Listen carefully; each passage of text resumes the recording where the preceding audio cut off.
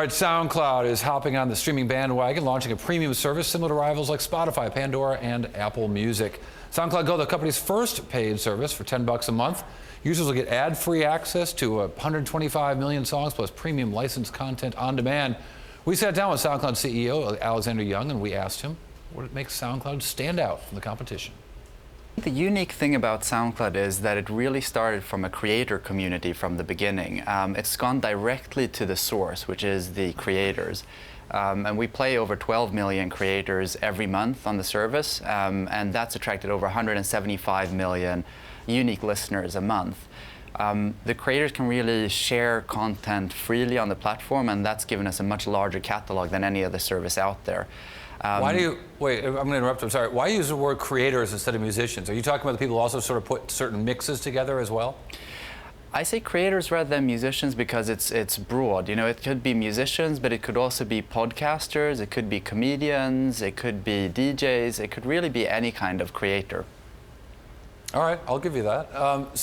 What makes this service that you're launching now very different than what we're already seeing from Apple or from Spotify or even from Pandora? Yeah.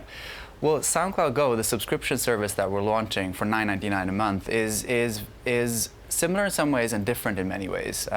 You get some features that you would expect, ad-free, offline sync. Offline sync is huge. For all of our millions of users, it's the most requested feature. But beyond that, it's a radically expanded content catalog. So we now offer over 125 million tracks on SoundCloud. Everything from the biggest hits to the deepest underground tracks that just came out. And it's the only service in the world where you can get that full breadth of content. Everything from the industry giants to the emerging creators.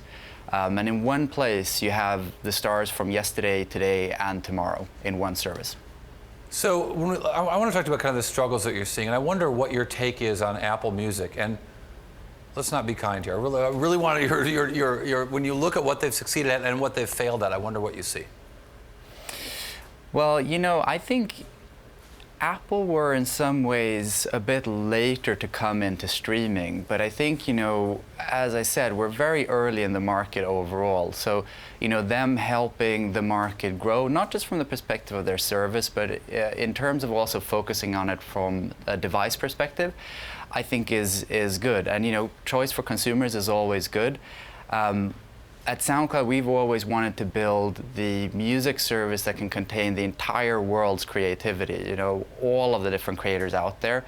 And I think that's something that's really appealing to the world and what we're focused on. Let me ask you about Pandora, too. A different kind of service, to be sure, but also going through some struggles. The CEO suddenly out this week. Tim Westergren, the founder, comes back as CEO again. And I wonder if you were looking at Pandora, what do you think that they need to do to right the ship there?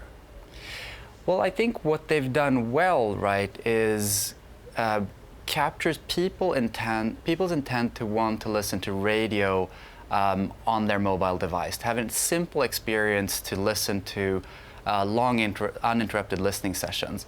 I think they've done that well previously, and that's something we've noticed with our users as well, that, you know, they want to be able to just open the app and with a few clicks listen to a great stream of music. And that's why we've also released features like track stations that allow you to take any of the 125 million tracks, start a station from that, and then have it play for as long as you want.